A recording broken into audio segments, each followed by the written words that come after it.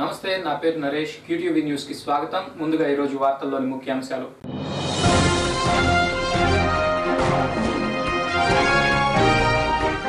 ప్రత్యేక హోదాపై టీడీపీ కేంద్రంపై ఒత్తిడి పెంచాలి. డ్రామాలు కట్టిపెట్టి స్పష్టమైన నిర్ణయం ప్రకటించాలి. బీజేపీ టీడీలపై మండిపడ్డ సిపిఐ రాష్ట్ర కార్యదర్శి రామకృష్ణ.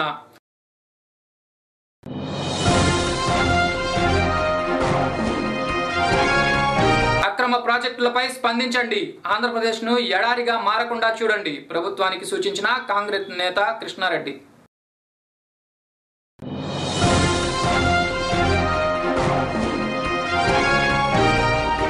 నీరు చెట్టు పథకం అక్రమాలపై దృష్టి పెట్టండి. వైసీపీ నేతలపై పెడుతున్న కేసులను పరిశీలించండి. అర్బన్ ఎస్పీకి వినతి పత్రం సమర్పించిన వైసీపీ నేతలు. ఏపీకి ప్రత్యేక హోదాతో పాటు ప్రత్యేక ప్యాకేజీ ఇచ్చే బాధ్యత కేంద్ర ప్రభుత్వంపై ఉందని సిపిఐ రాష్ట్ర కార్యదర్శి కె రామకృష్ణ అన్నారు.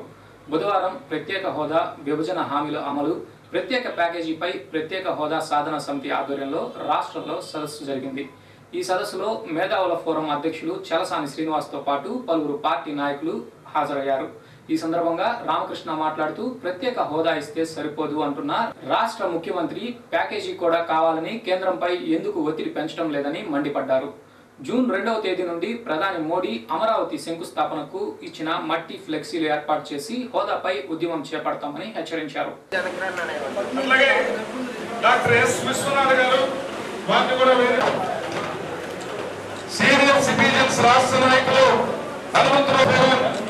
నాయకులు మూర్తి గారిని కూడా పరిచయం కావాల్సిందిగా కోరింది.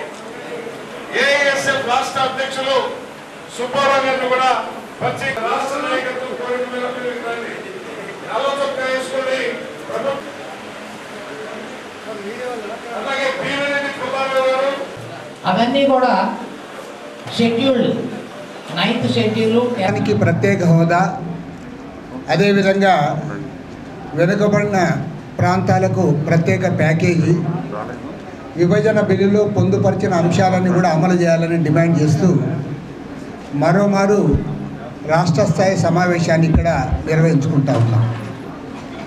ఈ సందర్భంగా మేము ప్రభుత్వాన్ని కోరేదేమంటే, మోడీ గారు కేంద్రంలో అధికారంలోకి వచ్చి 2 ఏళ్ల కాలం గడిచింది.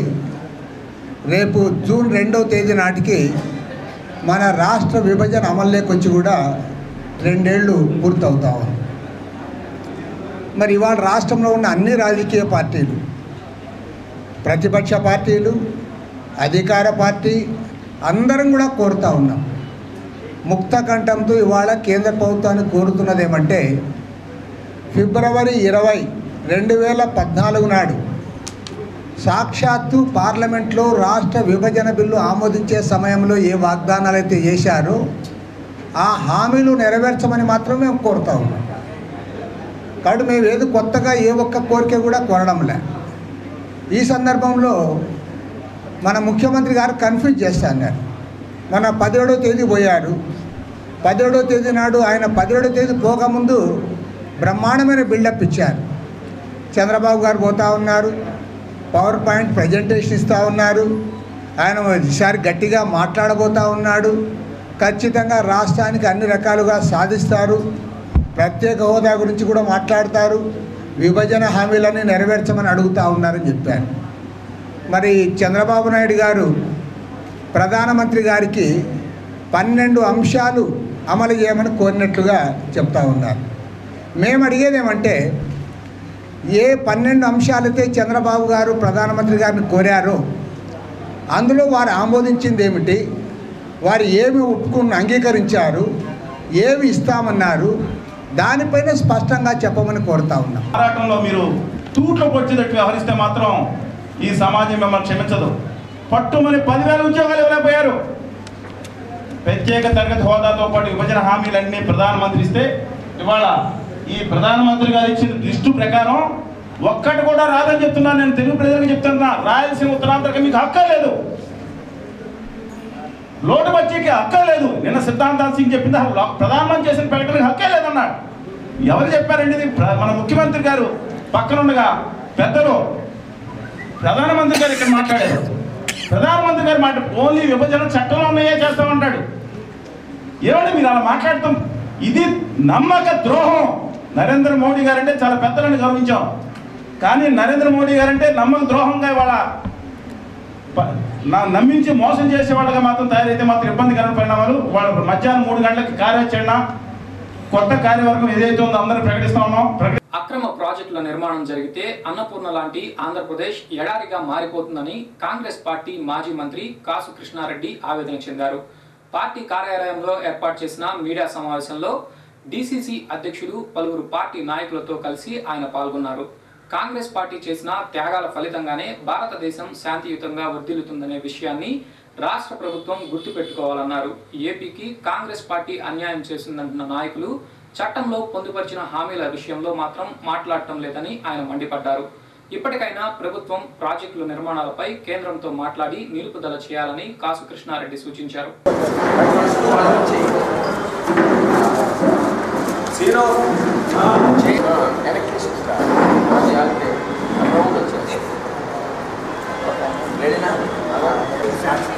సాక్షి వస్తేనే కదా సాక్షి అవసరం మాట.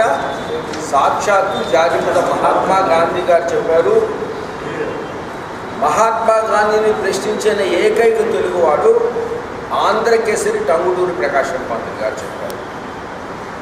అందుకే ఆ బాటలో అప్పుడు ఇప్పుడు అధికారంలో ఉన్నా లేకపోయినా కాంగ్రెస్ పార్టీ నడుస్తుంది.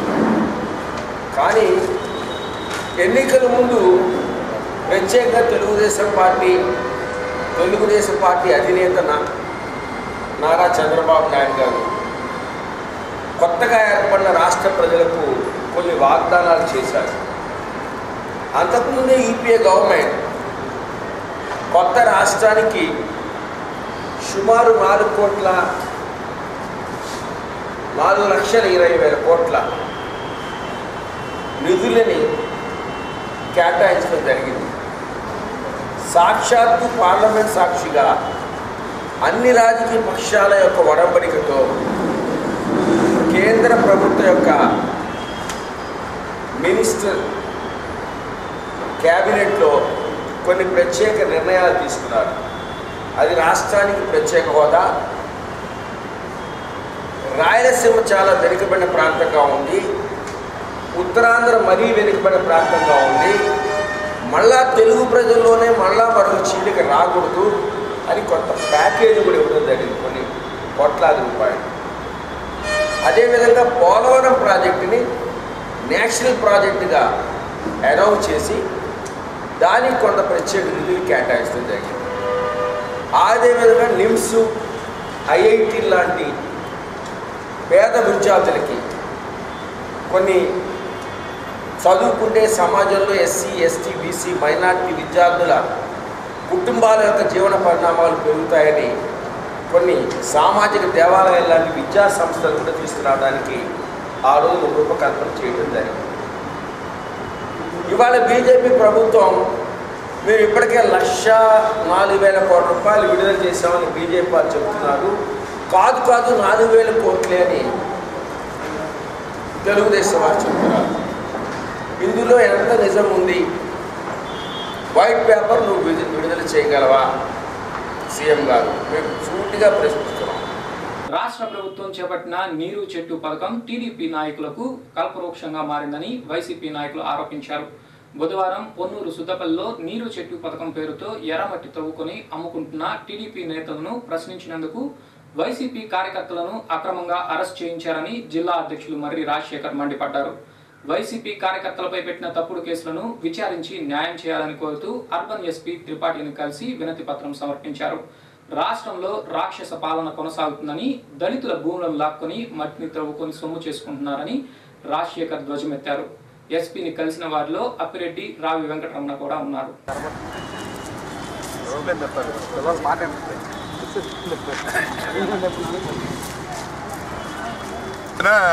నీరు మట్టి కార్యక్రమం, నీరు చెట్టు కార్యక్రమం కింద మట్టి తవ్వుకుని అమ్ముకునే కార్యక్రమం పెద్ద ఎత్తున జరగడమే కాకుండా గుంటూరు పక్కనే ఉన్నటువంటి చేబ్రోలు మండలంలో రెడ్ గ్రావెల్కి విపరీతమైన డిమాండ్ ఉండడంతో అక్కడ ఉన్నటువంటి శాసనసభ్యుడు ఇప్పటికే దాదాపు 200 కోట్ల రూపాయల పైచీలకు రెడ్ గ్రావెల్ తవ్వుకుని అమ్ముకునే కార్యక్రమం నీరు చెట్టు కార్యక్రమంలో కానీ చెరువు పూడితీత కార్యక్రమంలో కానీ ఎక్కడా కూడా ఎన్నో చెరువులు శాంక్షన్ లేకుండా ఇప్పటికి తవ్వే కార్యక్రమం జరుగుతూ ఉంటే నిన్ననే సుత్తపల్లి గ్రామంలో ఒక చెరువును తవ్వే కార్యక్రమం నీరు మట్టి కిందని చెప్పేసి తవ్వుతూ ఉంటే అక్కడ ఉన్నటువంటి గ్రామస్తులు ఆపితే వారిని పోలీసులు అడ్డు పెట్టుకొని వారిని నెట్టేసి వారి ముగ్గురు మీద ఎస్సీ ఎస్టీకి కేసు బనాయించే కార్యక్రమం అక్రమ కేసు పెట్టే కార్యక్రమం చేసి వారిని ఈరోజు స్టేషన్ తీసుకెళ్లే కార్యక్రమం చేసి పోలీసుల ద్వారా నీరు చెట్టు కార్యక్రమంలో గ్రామ తవ్వకాలనుకుంటా ఉంటే దానికి సంబంధించి ఇప్పుడే అర్బన్ ఎస్పీ గారిని కలిసి వివరించడం జరిగింది.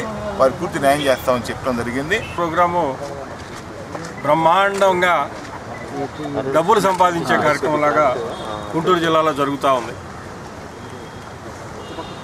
అనాదిగా గడిచిన 50-60 సంవత్సరాలుగా దళితులు సాగు చేసుకునేటువంటి భూముల్ని ఈరోజు నీరు చెట్టు ప్రోగ్రాం అని చెప్పి పూర్వకాలంలో ఎప్పుడో ఎక్కడో రెవెన్యూ రికార్డులో చెరువుగా ఉందని చెప్పి ఆ భూములన్నీ కూడా ఈరోజు తవ్వుతూ ఉన్నారు.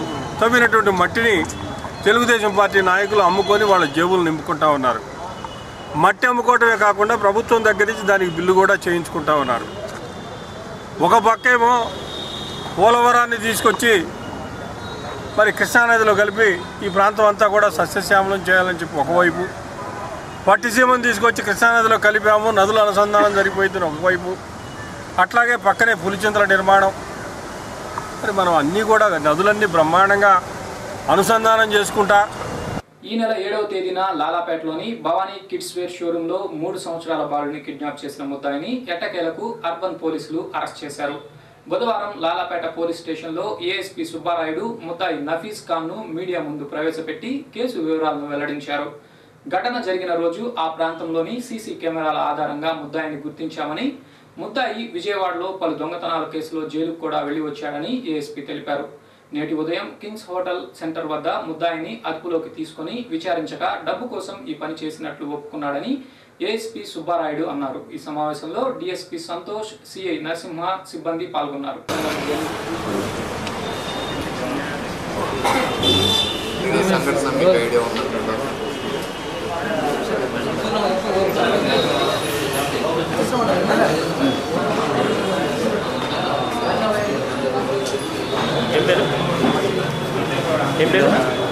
తేదీ సంఘటన గురించి మన గుంటూరు సిటీలో ఉన్న వాళ్ళకందరికీ తెలుసు.